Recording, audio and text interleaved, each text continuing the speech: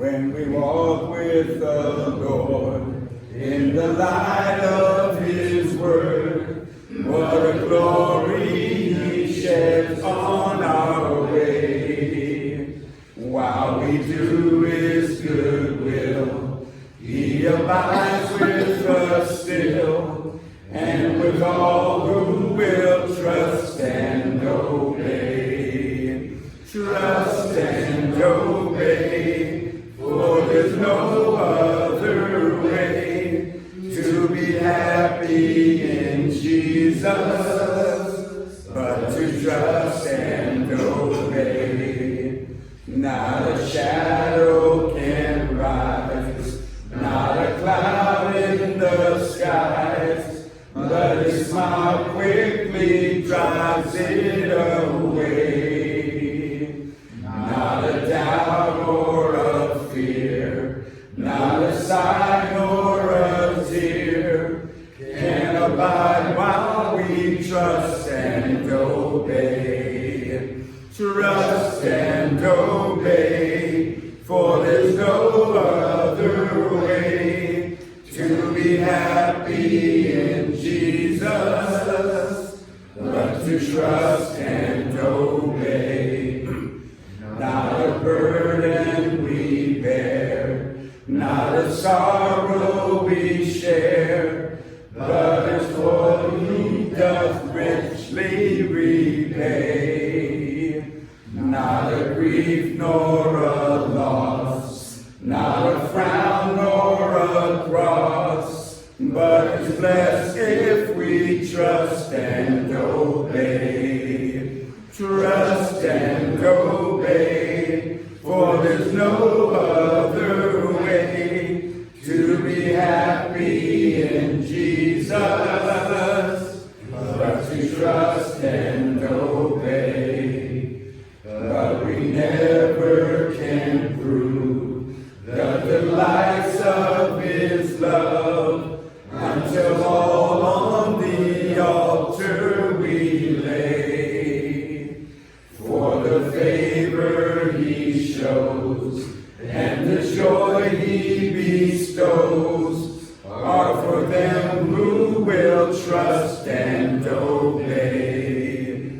Trust and obey, for there's no other way to be happy in Jesus but to trust and obey. Then in fellowship sweet we will sit at His feet, or we'll walk by His side in the way. What He says we will do, where He sends we will go. Never fear, only trust and obey. Trust and obey, for there's no other way to be happy in Jesus but to trust and obey. Amen. That's the point of the song, isn't it? Trust and obey Him. If you don't do that, He said you can't, if you don't follow me, then you're not, you gotta, to follow me, you have to trust me and obey me. Amen. Then you're not my followers if you're not doing that. That kind of sobers you up, doesn't it? That, if you claim to be Christ, but yet you're Christ, and Christ is in you, but yet you don't trust Him and you don't obey Him, there's something, or at least want to, then we got a problem. Mm-hmm. But that problem can be solved by going to the Master and asking Him to come into your life. Mm-hmm. So supposedly it was supposed to be Pastor Briggs that would bring the message here today, but I think it was a kind of a snafu because he's on the schedule, but he's in where? Southern California, hanging out with the family. So, say what? Do it by video. Do it by video. Okay, no. Good high check, but we didn't think about that, did we? Because we just kind of knew about this. So, we're going to do a couple of things, but it's going to be a shortened thing. I do not have a message, and if I had a message, it would probably be about 15 minutes because I'm not a preacher. But I want to do three things. I want to do, well, two things, but I want three different perspectives. You guys come on the program from different backgrounds, different ways you came here, and I want to kind of point out three of us that on staff that came possibly through the program. I got a ringer, and how that came about. Just as tight as you can get it, but explanation be complete. And Mike, I'm going to pick on you because I want you to tell everyone here how you came to come to the mission and then be part of the mission. Why I stayed. And why you stayed. That was the deal, right? All right. I'm Mike for you new guys. I came here in 2004, and I didn't want to come here. I was in and out of jail, locked up, and the last time they picked me up right down here at the Shell station. You guys know where that's at, right? I was having a cup of coffee. I'd been locked up, then did a program, hadn't spoke to a cop in over a year. I'm having a cup of coffee, cops pull in, what are you doing? I'm having a cup of coffee, what are you doing? What's your name? And I knew I had no warrants, I hadn't spoke to a cop. So I told him my name, I'm talking to the other guy about fishing, and next thing I know, Blaine turned around and wrapped your fingers, and I was, oh no, what's this all about? Well, they brought me in, I go to jail. I still don't even know why I was arrested at that point. And then I get before the judge, and he pulled out my book, and you guys all know what that is. Yeah, and I had a big one, and he reading it, and I'm going, oh, jeepers. He looked at me, he goes, Blaine, what are you doing back? And he knew me, I knew him. So he says, you know what? He says, I think you need another drug program. I go, whoa, hold on. I had just been free. I was just free for a while. And, I didn't get busted with drugs. He said, well, maybe you want to go back to jail and think about it for a while. I said, no, listen. Let's talk about this drug program. So he gave me 30 days to get into a program. And if you give a dope fiend, I was a dope fiend. So you give a dope fiend 30 days to do something, how long is it going to take? 20 days. If it gets done at all, right? So I run down to Manny. I knew Manny over here at Loaves and Fish. He had this little 90-day wonder program. And I told him, man, I got railroaded, yada, yada. And he said, well, you come and do a couple of meetings a week. I'll put you at the very top of the list and take care of your problem for you. So, yeah, cool. So I have plenty of time. I got a whole month to get this done. So I'm right back out there doing what I do. And time's going on and on and on. And pretty soon I'm all strung out. There ain't no way.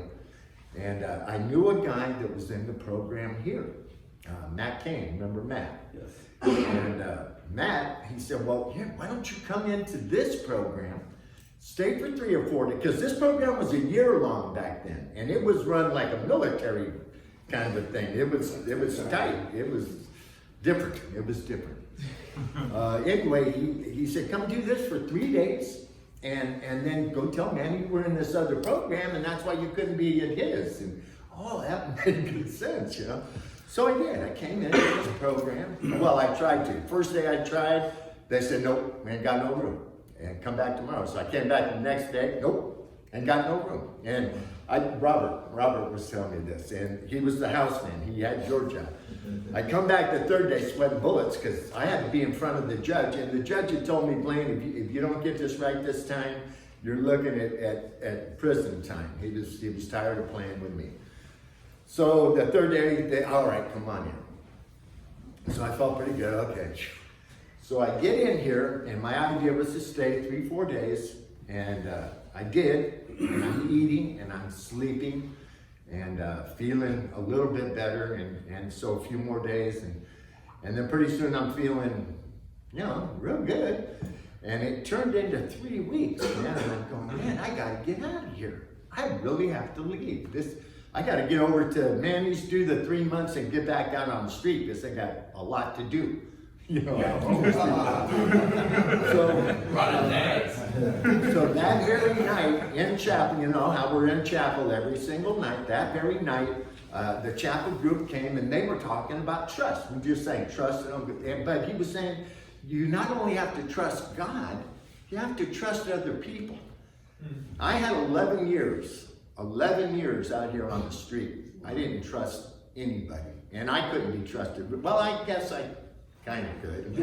I wasn't, you know, anyway, I didn't trust people, and I thought, trust? These kids, they don't know what they're talking about. And so that night when I hit the sack, I'm trying to go to sleep, and I'm thinking about this, you got to trust other people. And I prayed. For the first time in a long time, I prayed, not God, forgive me, God, I did this, God, forgive me, God. It was, why should I trust these people here? Why should I trust the teachers in the classroom? Who are they to tell me what time to get up, what time to go to bed, you know? And I tried to go to sleep and it would come up again. Why should I trust them? You know, who are they? Who are they to teach me? You know, I know stuff. Who to instruct me? Anyway, this goes on until about 2 a.m. I finally fall asleep. I get up the next morning and I worked on the van. I was a van helper. In those days, we had a van helper. I hop in the van, and the van driver, Dave wasn't there, but the substitute for Dave handed me an index card. And I go, what the heck's this? He goes, God woke me up and wanted me to give you this scripture.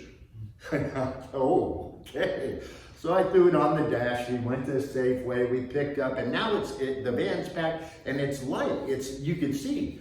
And I hopped back in the van. Oh, yeah, I wonder what that scripture was. And I picked it up. I read it, and I looked at him, and I read it again, and it was, by the way, it was Psalm 32, verse 8. Psalm 32, verse 8 says, wait a second. Psalm 32, verse 8 says, I will instruct thee and teach thee in the way that thou shalt go. I will guide thee with mine eye. So that you know, I was up praying about that, and I thought, God, He's talking to me, and to this day, I believe God used one of His children to talk to me through His Word. And after that, I decided I would stay. And the poor teachers, after that it was, why does it say this? And what about this? And I was reading here, but over here, and poor Tom Mooney and all the teachers back, we had a bunch of teachers back then, but that's why I stayed. I believe that God used one of His children to bring His word to a knucklehead. Because I was going to leave. That morning I was leaving. I was out. I was going to go to Manny's program. I was out, but I stayed. That very day I got the word and I stayed. So, amen.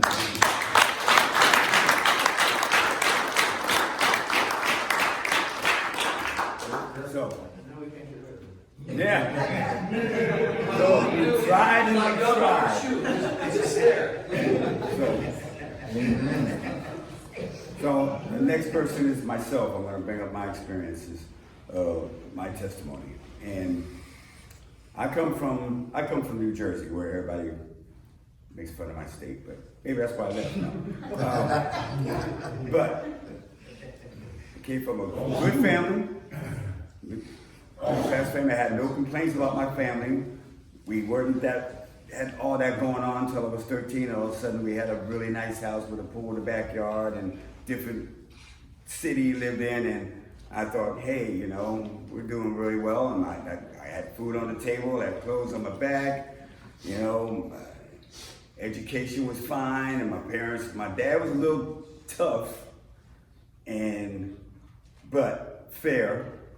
I didn't see it that way, but I always thought he was like overbearing, right? So, by the time I got to be 15, 16, 17, I was pretty much rebellious.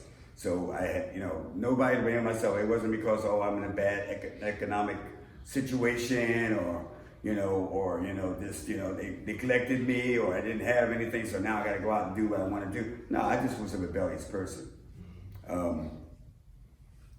Did all the things required, just barely got out of high school because I had this moniker about if he only applied himself. Boy, you know, he could really make it. If he only applied himself. I didn't think about applying myself until I got out of high school. And I went to college for about a year and a half, and then I got drafted. But, you know, all those times I always hung out. I hung out in the hood. I didn't live in the hood, but that's why I hung out. And I'm not even going to try to lay the blame on them. It was my heart, what I wanted to do. You know, I wanted to do, you know, hey, what's that stuff? Hey, what's that drink? Yeah, let's do that. Let's get high. But, you know, I don't know how you guys were, but for a while there, I could manage it. I worked in a different area, different places before I got drafted. Had good jobs. Could drink and then go to work and come back, you know, home, and not. Sometimes you can leave it to the weekend.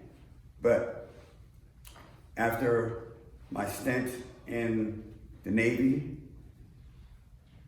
where I did mostly drugs because it's hard to get alcohol on the ship, on the seas. So, you know, you just do speed and hash and, you know, all that crazy, stupid stuff. But all that stuff was just getting into my life to where that became the thing. I came back to the job to which I left when I was drafted. I didn't last long. Lasted about 3-4 months. Then I just stopped going because I got getting high. Couldn't get to work because I was high, but I needed money to get high. But I didn't go to work because I was high, and I just didn't show up. So this Jesus, like Christ, the Bible was not in my life. My mom kind of, you know, I think she was a believer, but it wasn't like she, you know, really sat us down and taught us God's word, or, you know, it was just kind of there, and you had to understand it. But that's all. My dad didn't really have a part of it. So that wasn't entertaining my life. But as I started realizing that I could not function anymore, and it got to a point where I was just living off of my family, I had an ultimatum. If you don't do something about this, you know, you can't stay here. So I went to the Veterans Administration to go to vet rehab. And it worked for about maybe 9-10 months. After I left, it was a 3-month thing. Left it. Went to school to be a chemical lab tech. You know, I thought that was going to solve all my problems. You know, I love that. You know, it's a great job where you use your mind, but it's a little bit dangerous, and it had this little prestige going on with it, at least in my mind. Did that, and went to school, intense school for like a year. It's like 2 years crammed into one, so like you're doing it, and I was drug-free, drink-free, scared of drinking, but towards the end of that, the pressure was getting to me. I don't know what pressures get to you guys here, and I'm thinking, the guys, we used to have little study sessions sometimes, they band together and, you know, learn things, and then that way we can all, you know, get past, achieve what we want to achieve. Well, you know, somebody busted out a marijuana joint, and I'm saying, well, it's not drinking.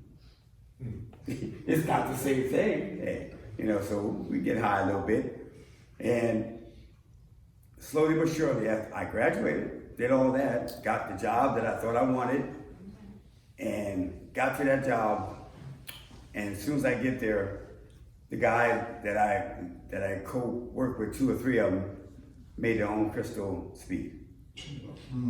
I said, boy, did I luck out. I lasted a year. I went on vacation and never came back. They had no idea what was going on in my life. I was ruled by the sin of abusing drugs. I left New Jersey. I'm trying to make it not too long, but my mom died. It was kind of like, I was a mama's boy. Anybody a mama's boy here? Yeah, so that was kind of the last straw. I'm out of here, you know. Small town, dead town, gotta get out of here. Everybody's doing what I'm doing. that I know. People are dying. I got to get out of here. So I figured I'd go out here to California, where I got a couple cousins who moved out here.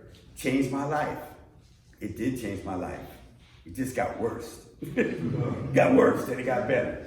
I stayed with her for a little while, tried to get a job, being the chemical lab tech that I was, and it didn't happen. And then I gave up. And when I gave up, she said, well, you can't be here. Let me take you down to VOA over here, and then you can just find, they'll help you, but you can't stay here and not contribute. Understood that. Brought me down here. But while I was here, I always came over here to get some food. And I figured I could hear the preaching. I knew what that was going to be about, but I can handle that, right? I mean, there's nothing but an hour, and it won't faze me. And as I did that for three and a half years. I went from having a place, because I got unemployment, had a little place to no place, to living on the streets off and on. Hotel rooms, with the GA thing, the GA administration is a little bit different than where they'll give you money to live just enough to get a room, because you can't get anything else. Do a work project in order to, pay for what they're giving you. But then I would get so high I wouldn't make it. Sometimes they'd kick you off for a month, and then you out here, and then, ugly, stupid cycle. Well, it got to the point where I didn't worry about that anymore. So I was out here on the street, man. I was just a mess. I used to care what I looked like. I didn't care. My hair was matted, clothes all just stinking, dragging little stuff with me that I could. We had no lockers back then, so, that didn't happen. You just take what you got, so you just, I just need this. I don't need anything else. I wasn't pushing the cart. I thought I wasn't going to be pushing the carts, but like I was better than somebody pushing a cart. But that's where I found myself. But you know what? Every night when I needed to, whether stay here at night or if I had a place to stay, get some food, when it was just a soup kitchen, seriously, just soup. Every once in a while, the church would come by and have a spaghetti dinner, man. That was like the crescendo of the meal time, to have that. So I would get my soup. You could take one for the road. So I'd bring me a jar and just take it with me if I had a place. If not, staying here. But I heard God's word every night. And I heard too many preachers tell me, well, if you step out of this place today, where would you be? And you die, where would you go? First I was saying, there's no place to go. It's just oblivion. I don't believe that. But as my life deteriorated and as I heard God's word more and more, he softened my heart to where I wondered about those things. I wasn't still quite right yet, but I was wondering about those things. Are they real? Are they true? And fast forward to that last day of 3.5 years, I came on a Saturday night when they had the chaplain's night, we called it, where the chaplain of the mission brought the message. And the chaplain was named Keith Whitehouse, and he was given the message that God gave him for me. You need to repent and come to God. He loves you, but there is a penalty for not knowing his son, and there is a penalty for paying for your sins, to which you have to own up to. And you ain't got enough money, kind of how I put it, to pay for the debt in the first place. At that night, I surrendered. I put up the flag. I surrendered. I said, I want Jesus in my life. I went up, asked him to pray with me. I wanted to pray that Jesus come into my life, change me, and I did that. I felt. I didn't jump up and down, go crazy, but I felt peace. But that was the end of it. I did that. Went back out. Came. They didn't have as like Mike. No room in the inn. It was full. So okay. So I'm going, and so I lasted for about 2 weeks maybe. And you know how when the devil and others, not want you to get your thing together. So I'm out there just white knuckling it, man. not wanting to do anything. And I got people coming out of the woodwork, hey man, you want to get high with us? You know, get this, hey man, take a hit of this, man. I know, Steve, come on over here. You know, hey, man, and I just kept saying no, until one day I just said yes. And I went on like a 3-day drinking binge. So I'm sleeping over here where the Rusty Duck used to be, behind it, with a bamboo. Got little bamboo trees back there right next to the river. I'm there, I'm just laying in the woods, man, just crawled up. And I just had to get something to eat. I finally pulled myself up and walked down here, get something to eat. That's all I was looking for. And the guy who turned to be my best friend for a number of years said, you still want to get on the program? I go like, yeah. I can't handle this. I need to know how to deal with this new life that God gave me. And I came on the program that day, and God has changed my life in many, many ways since then. I think I talked about it before, I never graduated because we didn't have a graduation. I'm still here, guys, while you're graduating. But God opened doors, and He opened doors for you too. You know, maybe we're not talking about working here or anything, but He opened doors in your life that you can go through, and knowing that He's the one that's leading you through that. Saved my life. I died out there. I know it. I weighed about 135, and I thought, and I didn't even recognize that I was looking like that because I gave up hope. I had no hope. Jesus Christ is hope, and that's my testimony.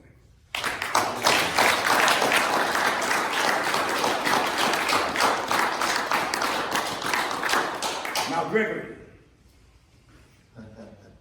brother, tell them how you came to work at the Youth Gospel Mission. Okay, mine was simple. My mother was the secretary here for the Pastor Ed Carnell, and then Pastor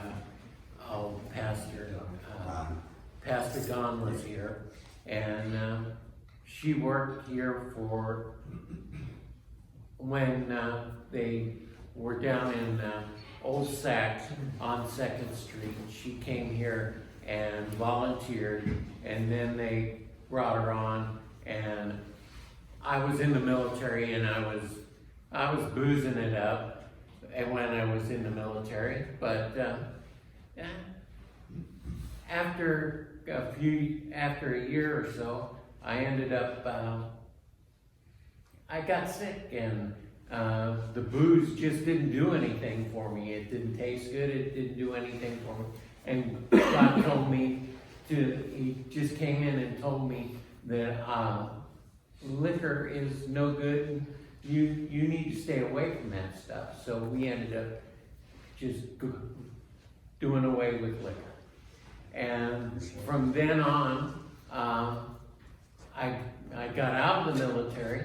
Well, before all this, I was going to Christian school since 7th grade. I went to Christian school up through high school, and I had a religious background all the way through my middle, up through 18, and then I went into military, and I backslid.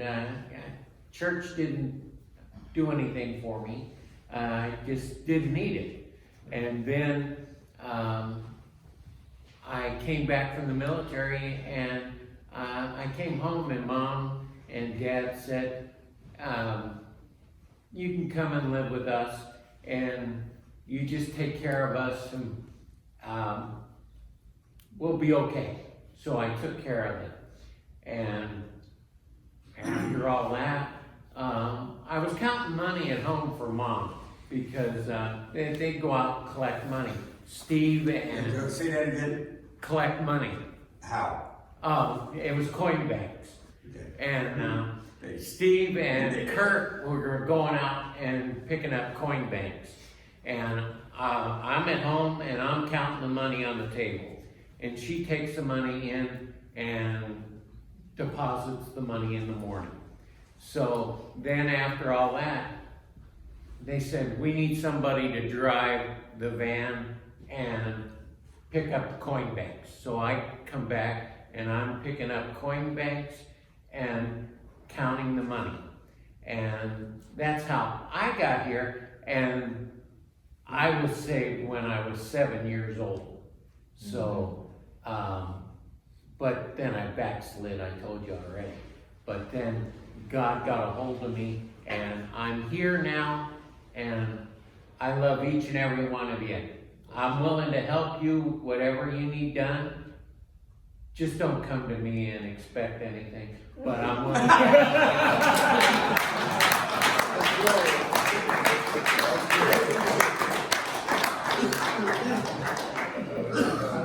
I was afraid of asking him. That's a great wisdom. Yeah, that's a great gift. Greg truly loves the Lord and he loves you. He just put on a big old facade, but he's a teddy bear. But I wanted to give you 3 different perspectives of how God works in people's lives. And kind of culminating it to coming here at the mission, being here at the mission. Great in the Lord. But, train up a child where he should go, and when he's old, he'll not depart from it, right? He'll come back, understand what God wants to do in his life. My man, he was functional out there on the street. He had his brothers at the time doing just fine. Living off the land, doing what he needs to do. He's fine. But God said, no, he's not fine. I thought I got things handled. If I don't know how to do a job, give me a little time. I know how to do a job. I'll walk in and say what I need to say and get the job done. And God just tore all that down to where I had no hope and no self-esteem, and that's good because we don't need self-esteem, do we? But I had no worth of what God. I'm worth something to the Lord. I am worth something to God, and I didn't even look at it that as being. I thought I was worthless, and I didn't know what to do. But God knew what I needed to do, and we brought all of us right here. God brought us here for a reason. No matter how you got here, no matter what you did or you didn't do, God has a plan for us, and all the sinners come short of the glory of God. So I'm glad we're all here working where God wants to work, how he wants us to deal with things. But we need to do that to trust and obey, like we just did a song not long ago.